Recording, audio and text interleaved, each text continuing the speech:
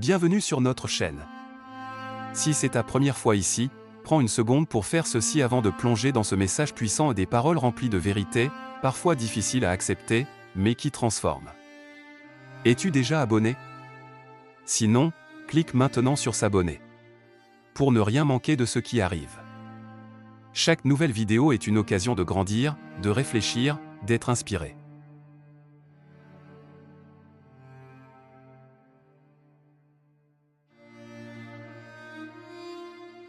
Beaucoup de personnes n'ont plus l'Ubuntu en eux. Aujourd'hui, on constate que l'esprit d'Ubuntu, qui est basé sur la solidarité, l'amour du prochain et la dignité humaine, est en train de disparaître dans le cœur de beaucoup de gens. À la place, l'individualisme, l'égoïsme et la recherche du profit personnel ont pris le dessus. Pourquoi? Parce que la société moderne pousse les gens à se comparer, à rivaliser, à croire que celui qui a plus de richesse, de pouvoir ou de connaissances vaut plus que les autres. Cette mentalité a brisé l'équilibre qui devait exister entre les êtres humains. Au lieu de vivre comme des frères et sœurs, les gens se considèrent comme des concurrents. On ne partage plus facilement, on n'aide plus ceux qui sont en difficulté, car chacun veut prouver qu'il est meilleur. Conséquence. L'Ubuntu disparaît. Les actes de bonté deviennent rares. L'empathie diminue.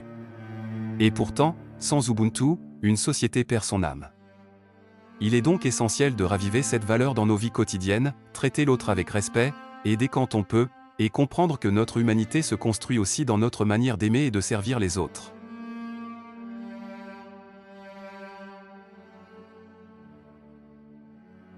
Que signifie Ubuntu? Dans les cultures d'Afrique de l'Est, comme le Burundi, le Rwanda, l'Ouganda, le Kenya ou l'Afrique du Sud, Ubuntu est un mot qui exprime l'humanité, la bienveillance, l'amour et la conscience que l'homme devient homme grâce aux autres. Cela signifie mettre la dignité humaine avant les intérêts personnels. 2. Les caractéristiques d'une personne ayant l'Ubuntu. Elle respecte les autres et leurs croyances. Elle est compatissante et se soucie des plus démunis.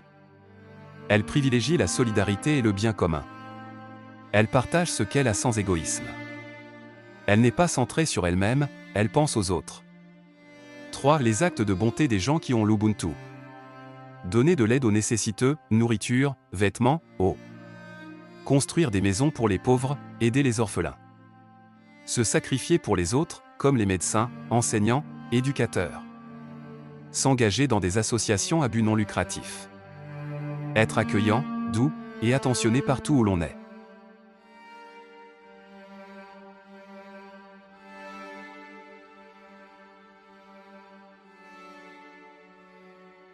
L'idée principale d'Ubuntu. L'Ubuntu ne demande ni richesse ni statut mais un cœur généreux. C'est donner sans attendre en retour, parce qu'on sait que nous aussi, un jour, on pourrait avoir besoin de la bonté des autres. Astérisque Ubuntu n'est pas juste un mot, c'est une attitude noble qui rend le monde meilleur. Astérisque.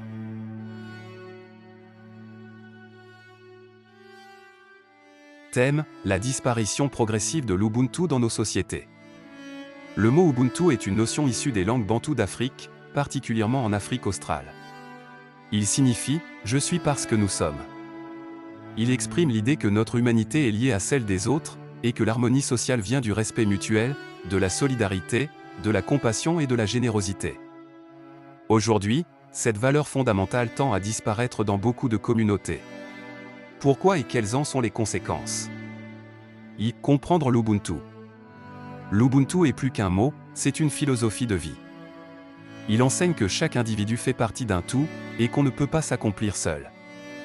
Vivre l'Ubuntu, c'est aider son prochain sans attendre en retour. Partager même dans la pauvreté. Respecter la dignité de l'autre. 2. Pourquoi l'Ubuntu disparaît-il? 1. L'individualisme croissant. La société moderne met en avant la réussite personnelle. Chacun veut réussir sa vie même si cela signifie laisser les autres derrière.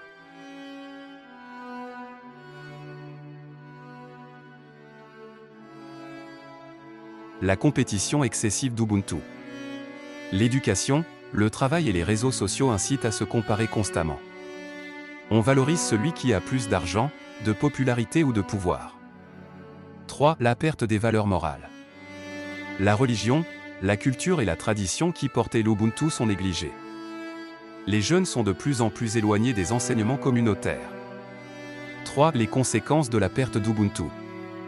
Affaiblissement de la solidarité. Moins de soutien entre voisins, familles et membres de la société. Isolement social. Les gens se sentent seuls, même dans les villes remplies de monde. Violence et injustice. Quand il n'y a pas d'humanité, la haine, le vol et la violence prennent place.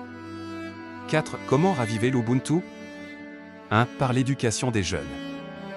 Enseigner les valeurs de compassion, d'écoute et de respect dès l'enfance. 2. Par l'exemple. Les leaders, parents, enseignants doivent vivre l'Ubuntu au quotidien. 3. Par des actions concrètes. Aider les nécessiteux, visiter les malades, soutenir les orphelins, partager ce que l'on a.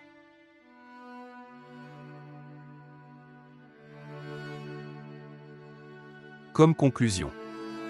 L'Ubuntu est la lumière qui éclaire les relations humaines. Sans cette valeur, la société devient froide, divisée et injuste. Il est de notre responsabilité, chacun à son niveau, de faire revivre cet esprit en traitant chaque personne comme un frère ou une sœur. L'humanité partagée est plus puissante que la richesse individuelle.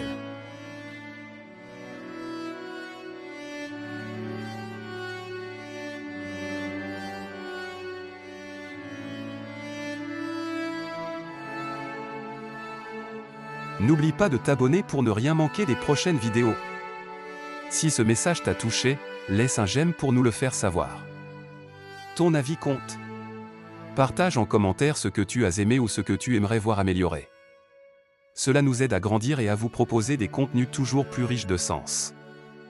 Merci pour ton soutien.